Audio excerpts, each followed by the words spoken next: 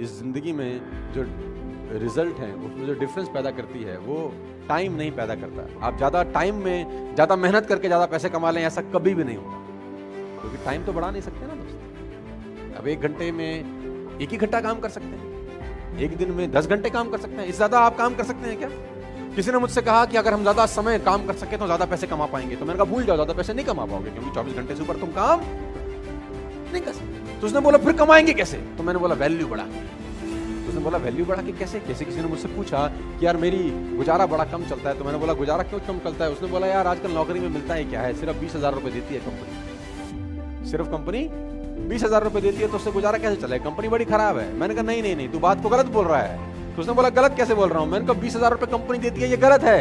ये बोल कि 20,000 रुपए कंपनी मुझको देती है, क्योंकि तेरी ही कंपनी में उसी 8 घंटे में किसी को 50,000 रुपए भी मिलते होंगे, तेरी कंपनी में उसी 8 घंटे में किसी को 1 लाख रुपए भी मिलते होंगे, और तेरी ही कंपनी में उसी 8 घंटे के किसी को 2 लाख भी मिलते। इसका मतलब टाइम और पैसे का अनुपात गलत है, क्योंकि टाइम तो तुम सबने 8-8 घंटे दिए, तुझे 20,000 रुपए मिले, किसी को 2 लाख। क्यों?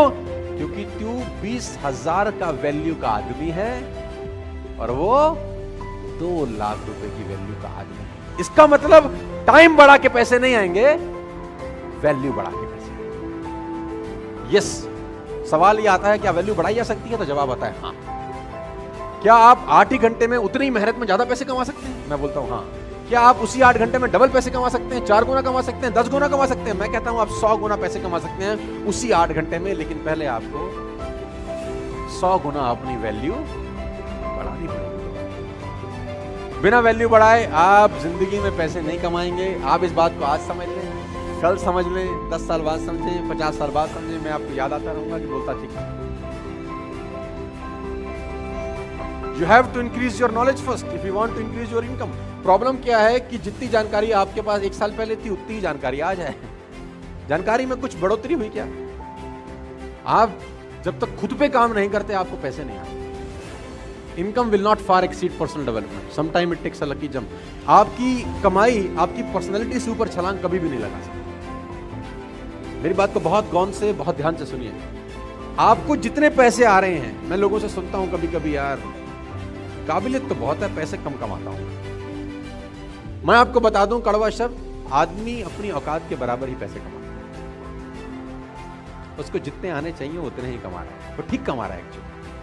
अगर उसको कमाई बढ़ानी है तो मेहनत बढ़ाने के बजाय खुद पे काम करना चालू करना चाहिए।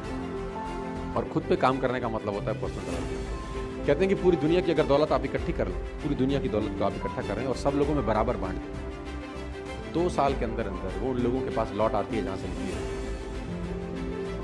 पैसा कमाना और पैसे को संभालना दोनों अलग अलग बात है।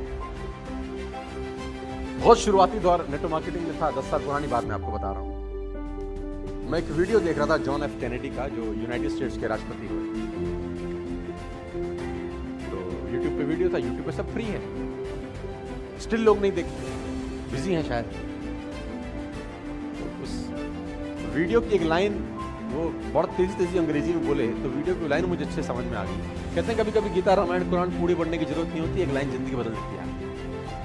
उसमें बहुत अच्छी लाइन उसने कही, उसने कहा कि habits makes your future, you can never make your future at all.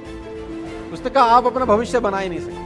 उसने कहा आप आदतें बना सकते हो और आदतें भविष्य बना। Rich habits will lead you a rich life, poor habits will lead you a poor life. रईस आदतें रईस इंसान बनाती हैं और गरीब आदतें गरीब इंसान बनाती हैं। तो अगर आपको रईस बनना है तो सबसे पहले रिच हैबिट्स डेवलप करनी, और रिच हैबिट का सबसे पहला फिलॉसफी है you have to become a good leader.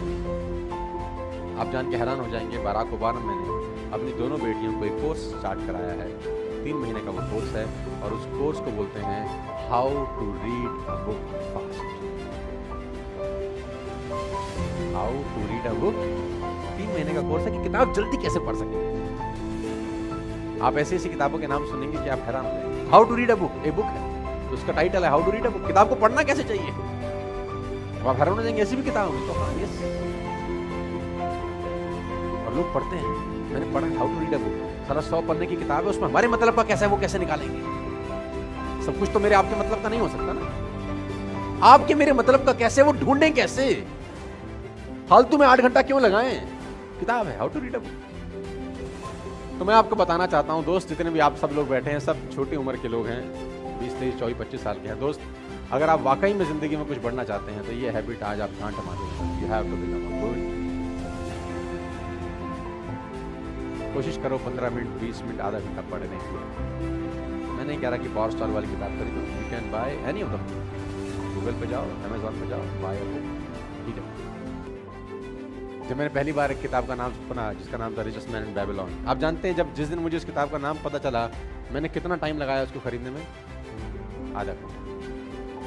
और वो बुक मेरे घर पे थी 2 दिन के बाद खरीद। और जब मुझे नाम बताया गया, मेरे साथ कम से कम 30 लोगों को नाम बताया गया था। जानते हैं कितनों ने खरीदी होगी? मुश्किल से 2 या 3 लोग, वो भी मैं एजम्पशन कर रहा हूं। 27 लोगों ने नहीं खरीदी होगी। बताई तो सबको गई थी। Some people will do, some people will don't. कुछ करेंगे और कुछ। अब सवाल आता है वो क्यों नहीं करेंगे? तो जवाब है हमको नहीं। मैं चाहता हूं कि उस 90% में एटलीस्ट आप ना हो, बस आप उस 10% में रहें। मैं ऐसा चाहता हूं। जो लोग किताब नहीं पढ़ रहे उनको ना पढ़ने दो, आप पढ़ो। आप मेरे वॉशरूम में चले जाएंगे तो आपको मेरे वॉशरूम में आधी लाइब्रेरी दिखाई देगी, because we have a good washroom now. अच्छा खासा बड़ा बाथरूम है मेरा, और 300 साढ़े 300 स्क्वायर फीट का बाथरूम है।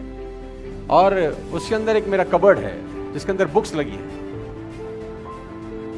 और सबसे पहली किताब मैंने उसमें रखी गीता, बाथरूम में। डिस्टर्ब से नहीं होती, मैं इज्जत करता हूं इसलिए बाथरूम में रखी है। वार्डरूम में रखी रहे और धूल जमती रहे, इससे बेहतर है कि बाथरूम में रखी रहे और मैं पढ़ूं उसको।